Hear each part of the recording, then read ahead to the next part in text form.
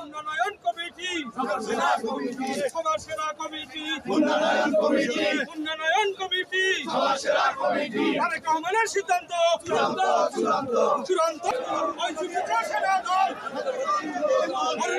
তরুণ দল আজকের এই দিনে